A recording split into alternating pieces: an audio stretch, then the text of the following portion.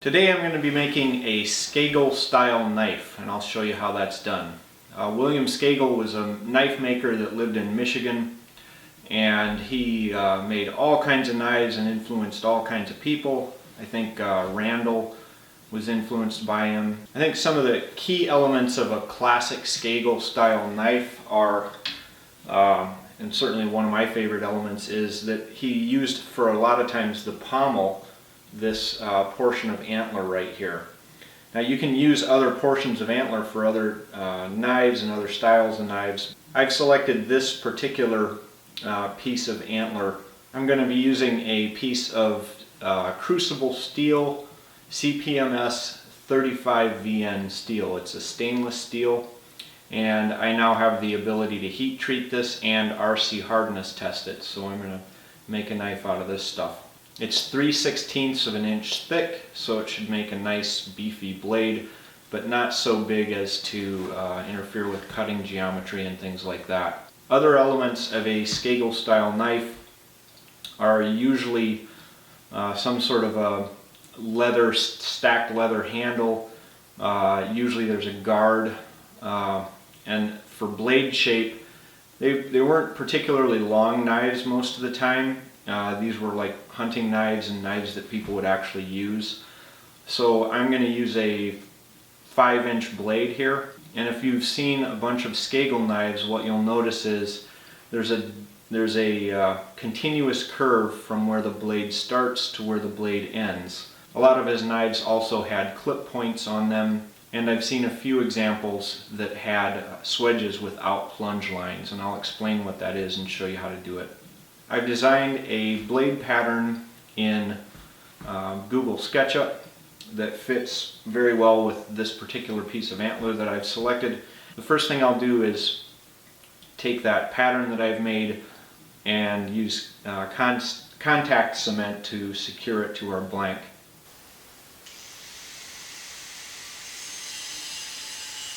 Got a little bit of steel to remove there.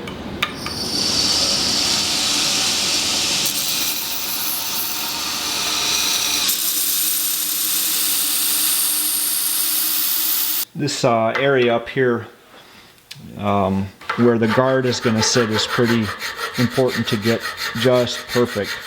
So I do the last little bit with files, and then before heat treat I'll probably take this and fit the guard to it.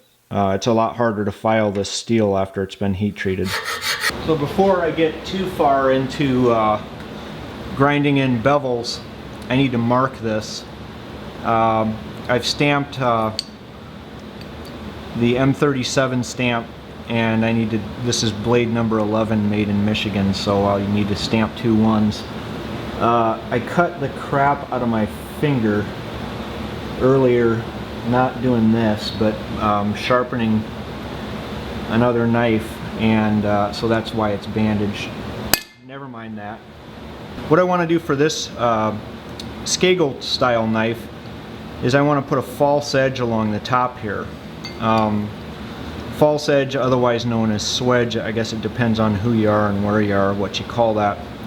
But this is a knife that I've done that to, but on this particular knife I left a plunge line there where the false edge or swedge stops. What I want to do for the Scagel knife is I want to do it like this one, where there's no plunge line that on the swedge there. And to do that, I'll probably start by grinding a 12-degree or maybe a little bit greater bevel like this all the way across the top of both sides of the blade, and then come back and put in the primary bevel, or this one, later on to meet up. It's very difficult if you put the primary bevel in first to get the swedge with this nice straight line and have everything meet up like that. I just like that look a little bit better. And the other thing I might do is up here kind of blend that in just a little bit. So this little magnet device here is called a bubble jig, and I don't use any kind of clamps or anything to to grind these. I just haven't found that they're all that helpful. I think I've had better luck just grinding bevels in freehand, but then using a little bubble jig to get a consistent angle.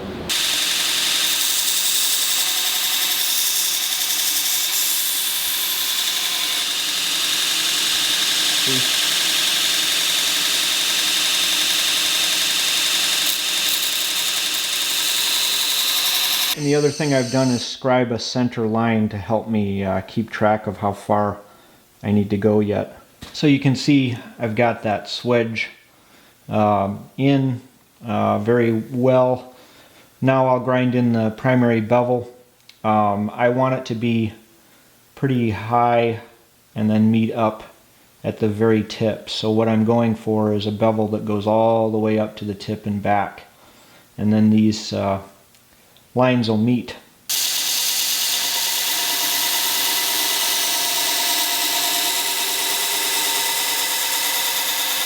I have the bevels ground in basically. I'll have to do some fine adjustment.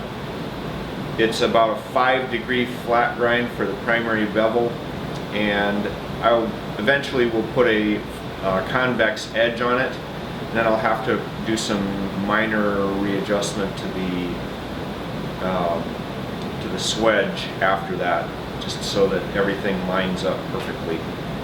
Now I'm going to make a guard. I'm going to drill a 3/16 inch hole here simply because I left the tang at 3/16 inches up here. Some of this out here I'm going to have to thin out in order to get this on, and I'm also going to have to make some very fine modifications to this hole to make it square.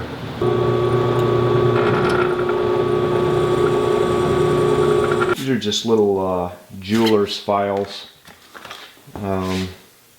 Again, I'm trying to make this a square hole without making it wider or taller, if that makes any sense. I'm just taking out the little bottom and top corners there. So now I've got it basically square, and I need to now start making this a little thinner to fit that. And that's why you want to do this before heat treat, because this type of steel is actually pretty hard to grind all that precisely after it's been heat treated. So this needs to be an extremely tight fit, and you know, you just make tiny little adjustments to the tang and also to the hole until you can get this to go all the way in, but you want it to be very, very tight, so you shouldn't rush this at all. Now that the tang fits all the way through, you just want to make sure that you get the top and the bottom parts of the ricasso so that they're completely flat against there. And this is another reason why you do this before the heat treat, because this is done just with little filing, just a little bit at a time, until everything fits together like it should.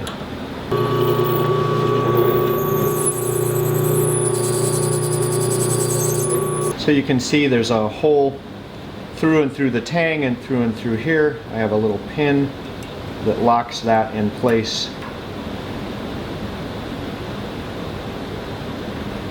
Like that.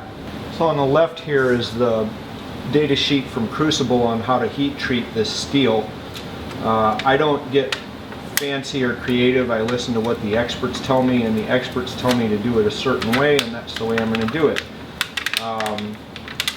I know very little about metallurgy.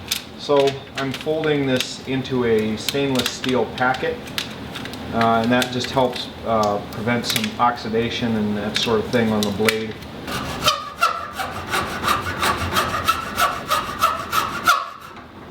And there it is. Now we just have to clean that up a little bit. So this is the piece that we're going to use for the pommel, and don't worry, all of this antler is still usable for other things. You can use different pieces of it for other pommels, like for instance right there You could get another pommel out of that right there. And then all of these tines and different areas you can use either as spacers, or the tines you can make like a little slip joint friction folder thing. 1 minute left here. I've got 2 aluminum plates on the floor. You're supposed to be able to just air quench this. In other words, just take it out of there and hold it in still air, and it will harden. Most of the people that I've talked to that use this steel actually do plate quenching. Oof, hot.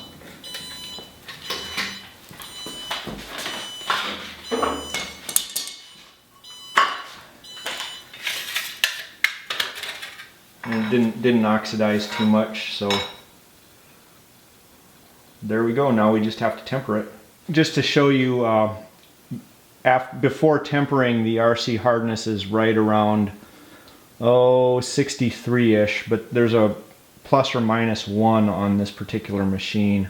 While the temper is finishing, I just went ahead and kind of mocked up a handle with different materials and things. There'll be this kind of red spacer material, copper, there's ebony, leather, different kinds of leather, blue G10, ivory paper micarta, and it's kind of stacked in a pattern.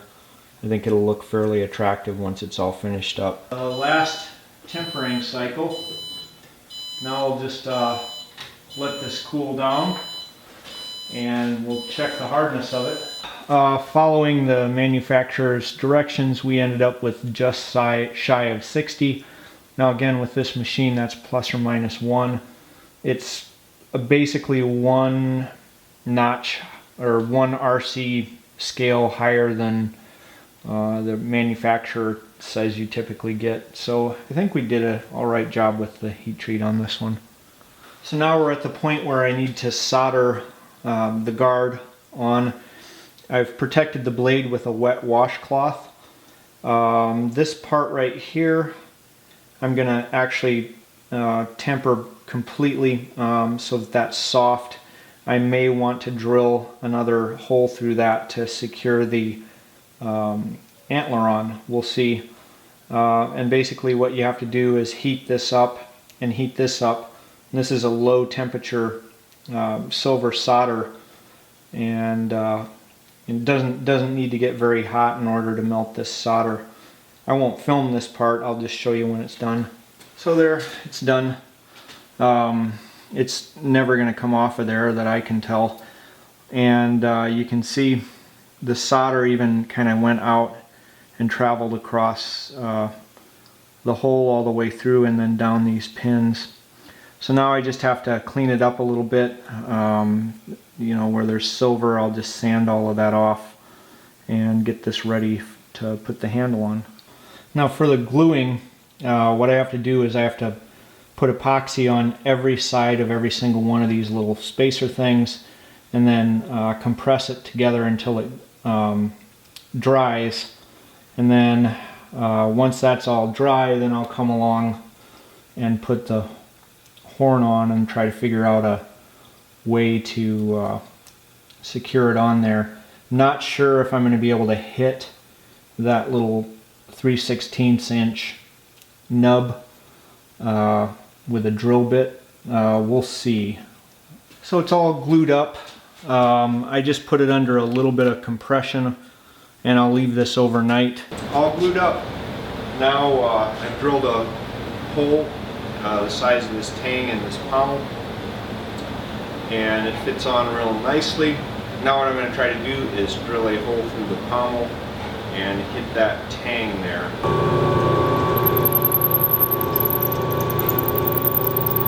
Now with a little brass pin, I can slide that through the handle and you can't pull it off. Okay, the glue is set up. What I'm going to do now is start shaping the handle. This is a somewhat painstaking process that you should do slowly, and I just do it on the belt grinder. I'll show a little bit of it, but I'm not going to show all of it because it'd just bore you to death.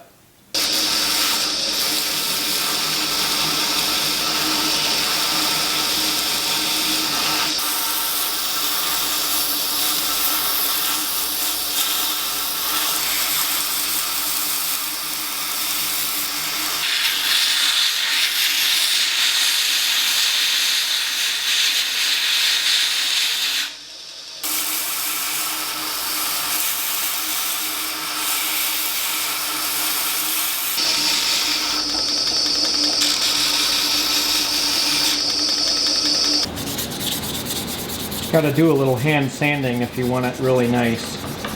Now is when we get to polish the pommel here. This is when it really starts to pop.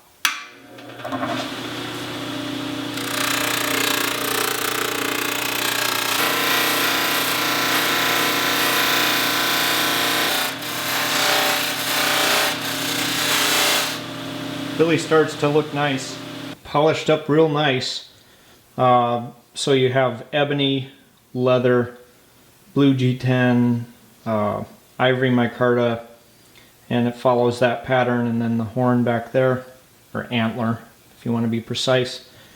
I hope it shows up, but you can see how nice that mosaic pin looks coming through there, securing on our thing. Now I need to put a convex edge on and polish up the blade, and we're done.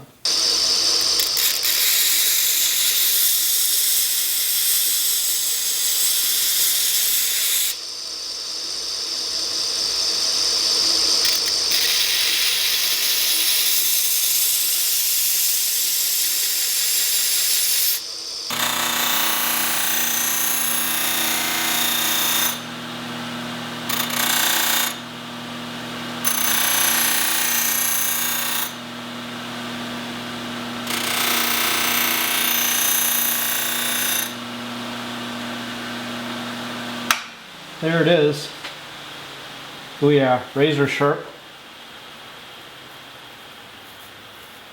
Easy to shave with it.